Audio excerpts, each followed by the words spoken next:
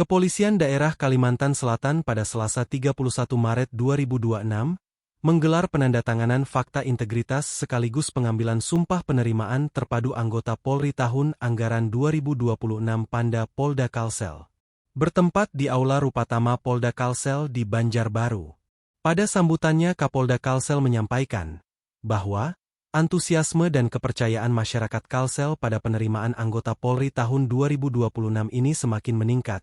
Terbukti dengan tingginya jumlah animo para anak muda yang mendaftarkan diri untuk mengikuti seleksi menjadi anggota Polri di Polda Kalimantan Selatan, yang tercatat hingga saat ini mencapai 1.340 orang yang sudah terverifikasi, yang terdiri dari 1.114 orang pria dan 226 wanita, dengan rincian taruna dan taruni kepolisian berjumlah 79 orang, bintara polisi tugas umum sebanyak 1.118 orang, bintara intelijen sebanyak 52 orang, bintara polair 15 orang, dan bakomsus sebanyak 32 orang, bintara repro sebanyak 7 orang, tamtama brimob 31 orang, dan yang terakhir tamtama polair sebanyak 4 orang. Dan angka yang tercatat hingga saat ini menunjukkan antusiasme yang luar biasa dengan jumlah pendaftar yang sudah diverifikasi sebanyak 1.340 orang yang terdiri dari 1.114 pria, 226 pria wanita dan dengan rincian sebagai berikut. Taruna-taruni Akademi Kepolisian 79 orang, terdiri dari 76 pria dan 3 wanita. Bintara Polisi Tugas Umum sebanyak 1.118 orang yang terdiri dari 919 pria dan 199 wanita. Bintara intelijen 54 orang, terdiri dari 43 pria dan 11 wanita.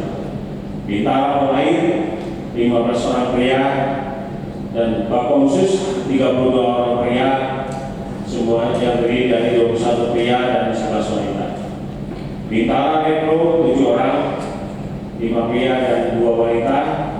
Tamtama brimob 31 orang pria, tamtama polair 4 orang pria.